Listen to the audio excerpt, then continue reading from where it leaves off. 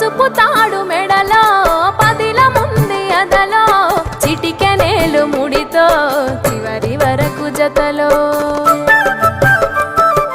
తలంబ్రాల వలలో వధువు వరుడు ఇలలో కలవరించే కలలు నెరవేరెను నిజ దశలో.